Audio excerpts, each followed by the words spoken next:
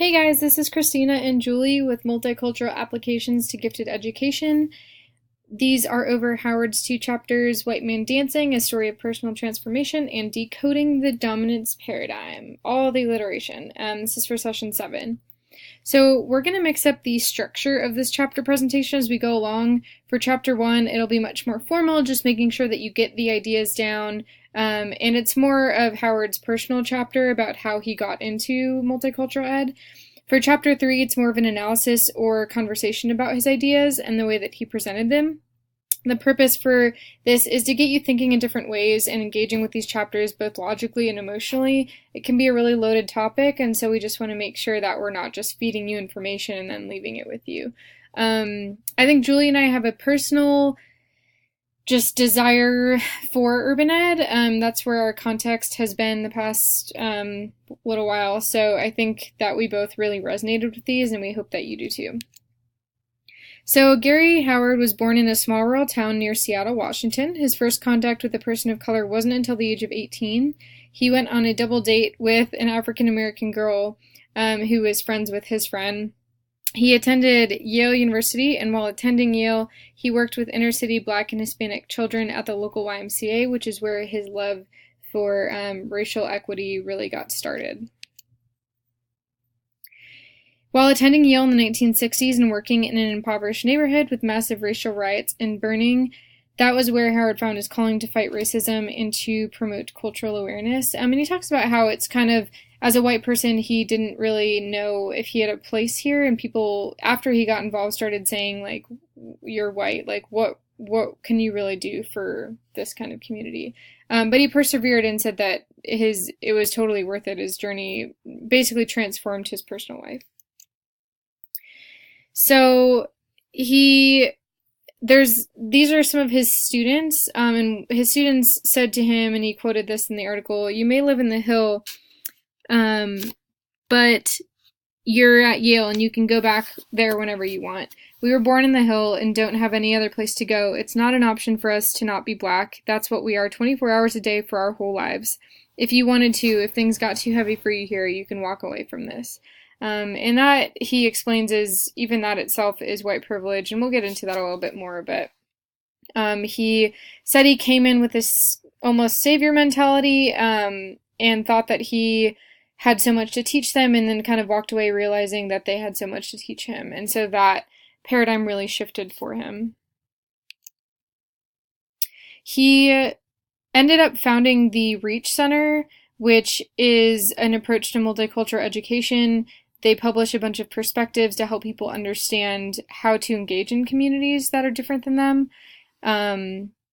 And so he says, in order to continue the lessons and learn the more difficult steps, I had to acknowledge my own complicity and privilege, as well as the racism in myself and in my family. So here are some discussion questions for that first chapter. Again, it was a very personal chapter about how he became passionate about this field.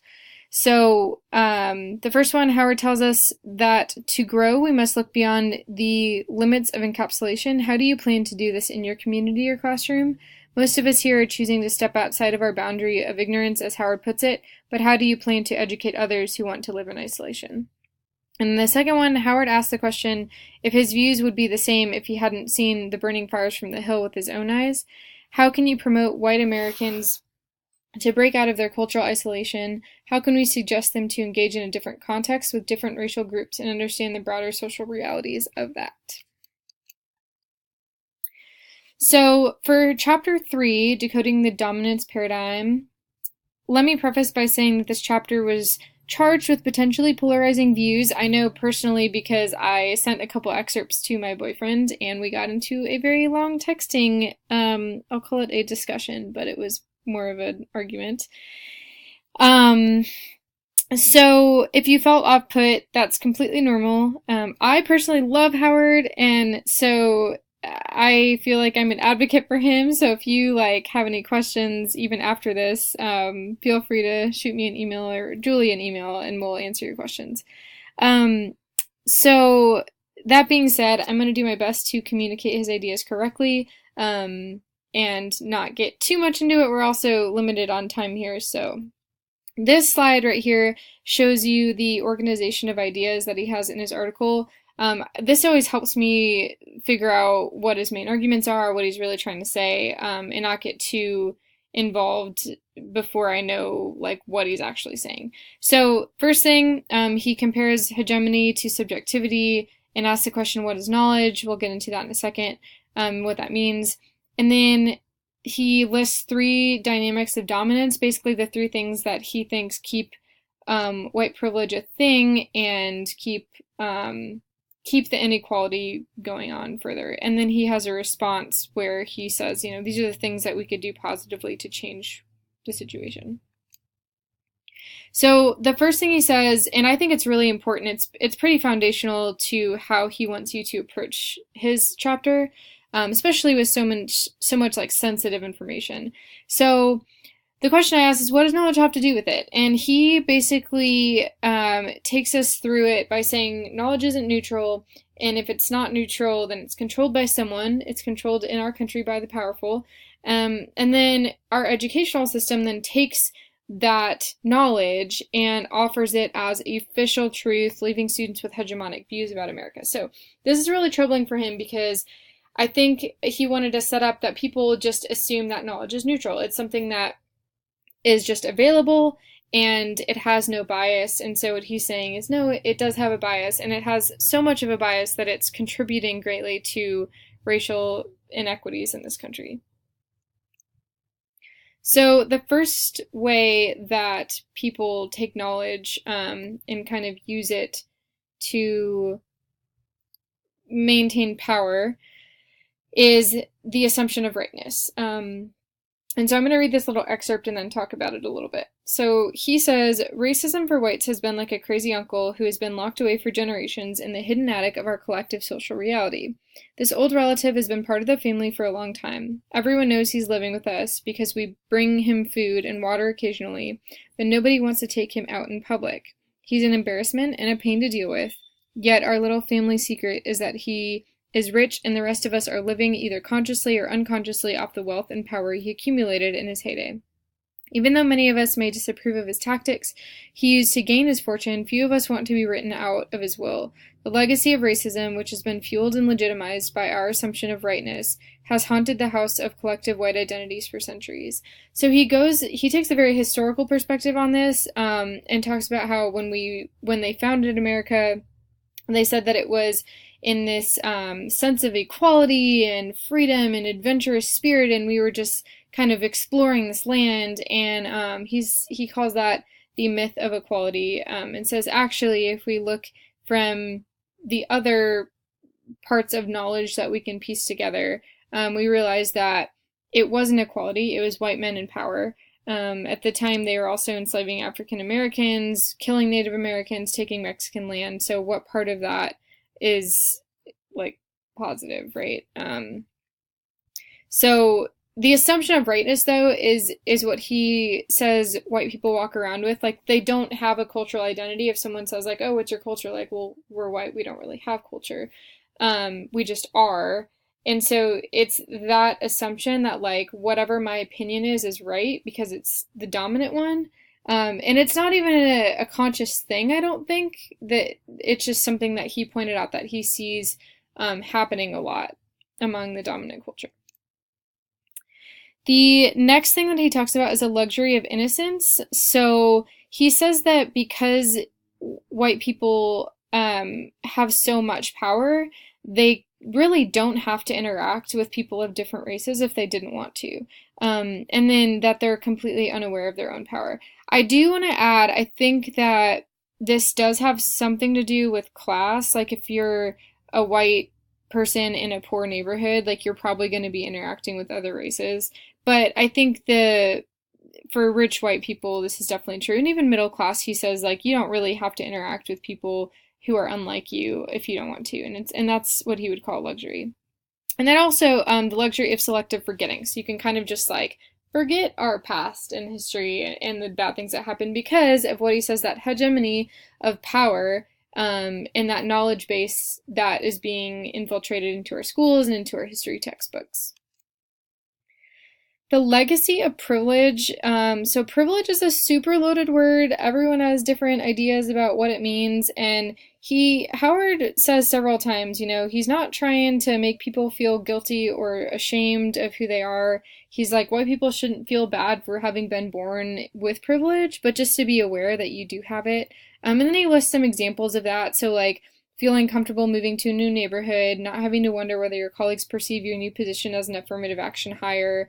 These are just privileges that we might take for granted that we don't realize they don't really seem to affect our lives, at least from our perception, but they do affect us, and they definitely affect minorities in that they have to think about these things.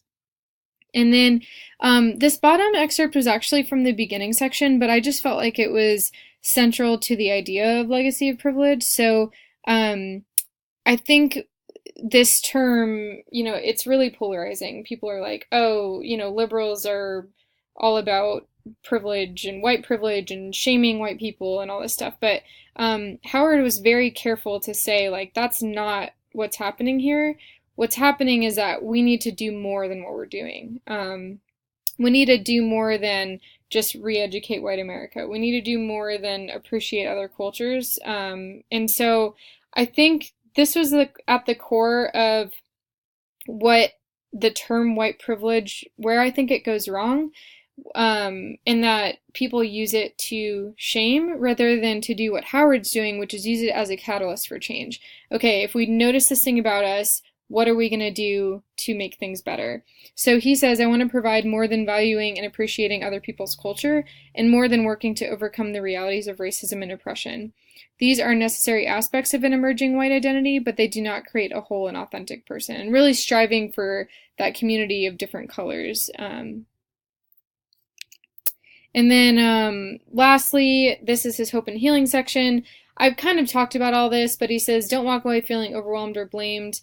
The whole purpose of this is to move forward without, and kind of like breaking down, at least recognizing and then breaking down those dynamics of dominance in favor of equity for all, and that is more than just a minority issue, it's an American issue. So some more discussion questions that we had for chapter 3. Number 1, choose the dynamic of dominance that you think either plagues you personally or your school the most. Now think about it within the context of underrepresentation of minorities in gifted programs. Can you explain the connection? So like, for example, for me, I would probably say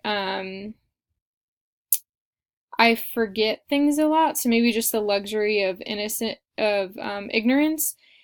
And so I would say, like, I forget that I have privilege, and so sometimes I would walk into my classroom and be like, oh my gosh, these children, like, they're just acting crazy, it's their culture, and I would just almost like cast blame on them rather than staying positive and trying to figure out, okay, like, these kids have talents and skills, how am I going to really reach into those and pull them out, rather than just complaining about all the things that are different, that are foreign to me, that are really tough to deal with. So I think that's kind of where we're going with that one.